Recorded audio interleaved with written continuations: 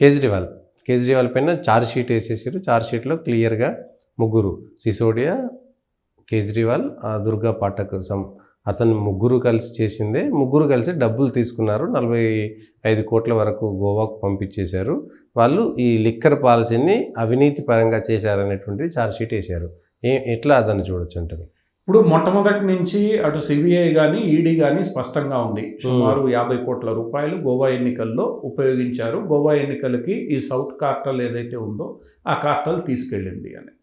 దీనికి ఆ కేజ్రీవాల్ బృందం, అది అందులో కవిత కూడా ఉన్నారు, మిగతా వాళ్ళు కూడా ఉన్నారు. ఆ బృందం చెప్పేది ఏంటంటే తీసుకెళ్లారు అని అంటున్నారు తప్ప అది ఎలా తీసుకెళ్లారు, అది ఎక్కడి నుంచి ప్రారంభమైంది, ఎక్కడికి మనీ ట్రైల్ అనేది ఏదైతే ఉందో దీని మీద స్పష్టమైన ఆధారాలు సిబిఐ కానీ ఈడీ కానీ చూపించలేకపోతున్నాయి అనేది వాళ్ళందరూ చేస్తున్న ప్రధానమైన ఆరోపణ. ఈ సిబిఐ ఈడీ వాదనలకు ప్రతివాదనలుగా వాళ్ళు చెప్తున్న అంశం. ఎట్టకేలకు ఈడీ ఫైనల్ ఛార్జ్ షీటు దాఖలు చేసింది తన దగ్గర ఉన్న ఆధారాలన్నింటితో. ఈరోజు సిబిఐ కూడా ఈ విషయంలో ఐదవ ఛార్జ్ షీటు చివరి ఛార్జ్ షీట్ కూడా అని చెప్పి ఫైల్ చేసింది. ఈ 2 ఛార్జ్ షీట్లలో ఒకటే రకమైన వాదన ఉంది. ఆ వాదనకు సంబంధించి వాళ్ళ దగ్గర ఉన్న ఆధారాలను ఈరోజు ట్రయల్ కోర్టు ముందు చెప్తారు. ఇది ఒక కీలక అంశం. రెండోది, ఇప్పుడు ఏదైతే వీళ్ళ మీద ఆరోపణలు వచ్చాయో, ఆరోపణలకు సంబంధించిన ఆధారాల విషయం వచ్చాయో అవి ఒక ఎత్తు అయితే, రెండోది ఈ ఎంతకాలం ఒక వ్యక్తిని మీరు జైల్లో ఉంచుతారనేది రెండవ వాదన. ప్రధానంగా ఈ రెండవ వాదన మీదనే వీళ్ళేమీ పారిపోవట్లేదు, ఇది కావట్లేదు కాబట్టి మీకు ఇంతవరకు మీకు ఇన్వెస్టిగేషన్కి వీళ్ళు అడ్డం పడతారనే పేరుతో మీరు అరెస్ట్లో పెట్టారు కాబట్టి వీళ్ళని ఆ ఇన్వెస్టిగేషన్ పూర్తయింది, మీరే చెప్పారు, ఛార్జ్షీట్లు వేశారు కాబట్టి వీళ్ళని ఇంకా మేము విడుదల చేయవచ్చు అనేది సుప్రీంకోర్టు చెప్తున్న వాదన. దానికి అనుగుణంగానే ఒకదాని తర్వాత ఒకటి మనీష్ సిసోడియా, కవిత, మొన్న అతను ఇంకొక నాయర్ ఎవరైతే ఉన్నారో ఆప్ కమ్యూనికేషన్ హెడ్ విజయ్ నాయర్ ఎవరైతే ఉన్నారో ఆయనకి అందరికీ వరుసగా బెయిల్స్ వస్తున్నాయి. ఇప్పుడు సిసోడియా, ఇది మన కేజ్రీవాల్ బెయిల్ పిటిషన్లో కూడా వాదనలు ముగిసే 10వ తారీఖు సుప్రీంకోర్టు తీర్పిస్తుంది. ఆ తీర్పును కూడా మనం ఊహించవచ్చు. ఒక రకంగా జరుగుతున్న పరిణామాలను బట్టి చూస్తే కేజ్రీవాల్ కూడా బెయిల్ వచ్చే అవకాశం వస్తుంది. ఇప్పుడు ఈ కేసు విచారణ అంతా కూడా ట్రయల్ కోర్టులో సాగుతుంది. ట్రయల్ కోర్టులో దీని మీద ఎన్ని సంవత్సరాలు సాగుతుంది, ఎంత సాగుతుంది, ఏంటి అనేది రేపు సిబిఐ, ఈడీ, కేంద్ర ప్రభుత్వం యొక్క పట్టుదల మీద ఈ మొత్తం వ్యవహారం ఉంటుంది.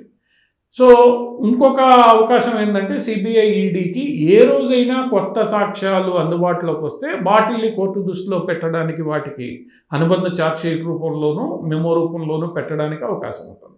సో ఇప్పుడు ఈ వ్యవహారం ఏదైతే ఉందో ఇది పూర్తిగా కేసు ట్రయల్ దశకు చేరుకున్న వేళ ఇక్కడ తేలాల్సిందంతా కూడా ట్రయల్ కోర్టులో. ట్రయల్ కోర్టు ఇప్పుడు సిబిఐ, ఈడీ వాదన వింటుందా, వీళ్ళు చెప్తున్నది వింటుందా అన్న దాని మీద ఆధారపడి ఉంటుంది తప్ప ఈ బెయిల్ పిటిషన్ అనేది ఇప్పుడున్న పరిస్థితుల్లో అది సహజ సిద్ధంగా అందరూ ఏ కేసుకి సంబంధించి అయినా నెమ్మదిగా బయటకు వచ్చే అవకాశం ఉంటుంది. కాబట్టి కేజ్రీవాల్కి కూడా బెయిల్ లభించే అవకాశం ఖచ్చితంగా ఉంటుంది.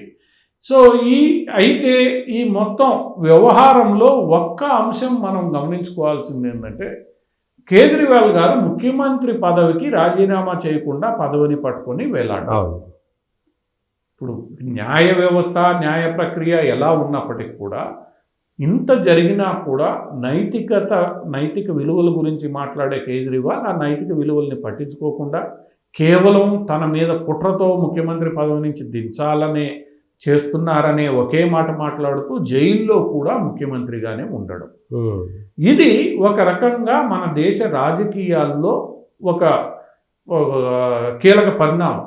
ఎందుకంటే ఇంతవరకు ఏ మంత్రి మీద, ముఖ్యమంత్రి మీద ఇటువంటి ఖచ్చితమైన ఆధారాలు వచ్చి అరెస్టు దాకా వెళ్ళిన సందర్భాల్లో వాళ్ళందరూ కూడా రాజీనామా చేశారు. ఆ తర్వాత మళ్ళా అది లాలూ ప్రసాద్ యాదవ్ దగ్గర నుంచి అంతకు ముందున్న వీళ్ళందరి దగ్గర, జయలలిత కానీ మొట్టమొదటిసారి భారతదేశ రాజకీయ చరిత్రలో ఒక వ్యక్తి అలాంటి నైతికత విలువలను పాటించకుండా మొండిగా నేను ముఖ్యమంత్రినే అన్న దీంతో ముందుకు సాగారు. అది ఈరోజు భవిష్యత్తులో ఎంతమంది రాజకీయ నాయకులకి ఆదర్శంగా ఉంటుంది. మన దేశ రాజకీయాలు భవిష్యత్తులో ఎంత దిగజారిపోవడానికి కారణమవుతాయి అన్నది మనం చూడాలి.